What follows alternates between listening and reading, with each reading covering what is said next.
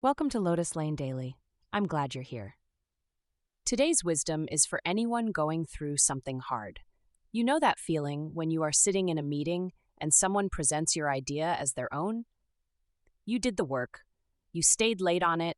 You sent the email, built the thing, solved the problem, and now a colleague is saying, "So what I did here," while heads nod around the table, and you are left with a choice between making a scene or swallowing it. So you swallow it, and it sits in your chest like a stone for the rest of the day.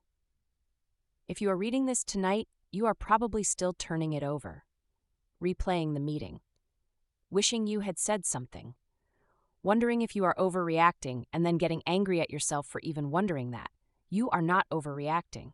Having your work taken is a real injury, and it deserves to be treated as one rather than waved away with, "That is just office life." It is not only about a missed bit of recognition. It is the feeling of being made invisible, of watching your effort get detached from you and handed to someone else, in front of the very people whose opinion shapes your future. That stings for good reasons. Why it hurts more than it should. On paper, one stolen idea is a small thing. So why does it keep you up at night? Because it touches something deeper than credit. It touches fairness and the belief that effort and reward are connected. When someone takes your work, that belief cracks a little. It also touches a quiet fear many of us carry, that we do not matter much, that we could be overlooked entirely, that our contribution is replaceable. Watching your idea get absorbed into someone else by name feels like proof of that fear, even though it is not.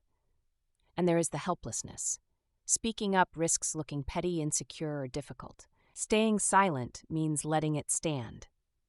Neither option feels clean, so you are left holding a frustration with nowhere to go.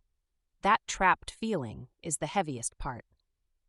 It is the sense that the rules everyone pretends to follow do not actually protect you, and that the people who bend them seem to do just fine. Do not let it turn you into someone you are not. The danger here is not the colleague. It is what the resentment can do to you if you let it run unchecked. It is easy to slide into a watchful, guarded, scorekeeping version of yourself. Someone who hoards ideas, trusts no one, and brings a cold edge into every interaction. That version of you might feel protected, but it is a smaller, unhappier way to live, and the person it costs the most is you. There is a line from old philosophical writing that is sharp and useful here. True victory is not about defeating others. It is about overcoming your own weakness, your own negativity, your own despair. The real contest is not you versus the credit taker. It is you against the bitterness this could plant in you. You can lose the credit and still win the thing that actually matters, which is staying someone you respect. What to actually do. Cool down before you act. The hours right after it happens are the worst time to respond. Anger will push you toward an accusation that makes you look like the problem, even when you are the one who was wronged. Let the heat drop first. Sleep on it if you can. Then think clearly about what outcome you actually want, which is usually not revenge, but simply for the truth to be known. Tell the difference between malice and messiness. Sometimes credit-taking is deliberate. Often it is sloppier than that. A colleague genuinely lost track of who did what, or restated a shared discussion without thinking.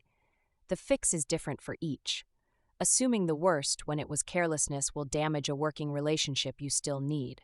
Watch the pattern. Once is probably noise. A repeated habit is a real problem, and you treat it as one. Address it directly, calmly, in private. If it matters, talk to the person one-to-one. Not an ambush, not an accusation. Something simple. In the meeting, the proposal came across as yours. I put real work into that, and I would like that to be clear. Can we make sure the next update reflects who did what? Most people, faced with a calm, direct, non-hostile statement, will adjust. The ones who do not have told you something important about who they are. Make your work visible before someone else does. This is the practical, unglamorous part. Quiet work is easy to absorb. Send the short progress update. Speak in the meeting. Put your name on the document. Loop in your manager early while the work is in motion, not just at the end. This is not bragging. It is making sure your effort and your name stay attached, which is a fair and reasonable thing to want. Tell your manager the right way. If it is a pattern, your manager should know, but lead with the work, not the grievance. Walk them through what you did and how, factually. Here is what I built. Here is the approach I took. Here is where it is going. Let your competence speak. A good manager connects the dots. You do not have to deliver the accusation. You just have to make the truth easy to see. Keep doing excellent work. The instinct after being burned is to pull back and protect yourself. Resist it. There is a piece of old guidance worth holding. Small daily actions compound into great achievements over time. One stolen idea is a single moment. A long, visible track record of strong work is a current, and a current is far harder to misrepresent than a single drop. Over time, people who consistently produce get known for it. People who borrow tend eventually to get found out. The wider truth. Here is something worth holding on to. People who take credit are usually operating from scarcity. They feel they do not have enough of their own to offer, so they take. That is not a strong position. It is an anxious one. The colleague who borrowed your idea is not winning some game you are losing. They are revealing a shortage in themselves. Your security can come from a steadier place, the simple knowledge that you can do the work. That capacity does not vanish when someone else takes a bow for it. You still have it tomorrow. They cannot take the ability, only the moment, and the ability is worth far more. Do what you can.